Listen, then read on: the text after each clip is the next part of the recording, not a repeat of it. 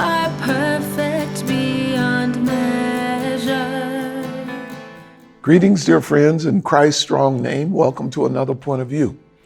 This is where we get to think through a facet of the sermon idea that we gave in the week. And this week we looked at Jeremiah 33, verses 25 and 26.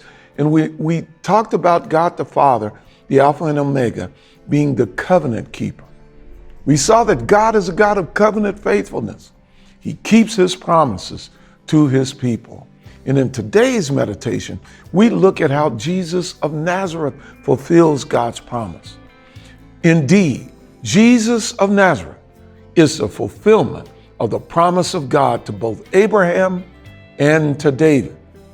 God promised that in the seed of Abraham, there would come one who would be the blessing for all the families on the face of the earth, and that there would be a particular heir of David who would come through his lineage, who would reign over God's people forever. And Matthew 1 shows the fulfillment of Jesus. It traces his physical lineage in verse 17. So all the generations from Abraham to David were 14 generations. And from David to the deportation to Babylon, 14 generations. And from the deportation to Babylon to the Christ, 14 generations.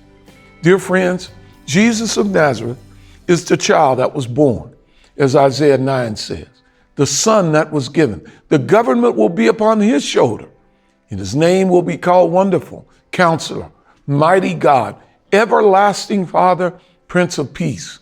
Of his government and peace, there will be no end. On David's throne and over his kingdom, to establish and uphold it with justice and righteousness from this time forth and forevermore. God's own zeal will accomplish this. Indeed, Jesus of Nazareth fulfills the covenant promise to Abraham and David.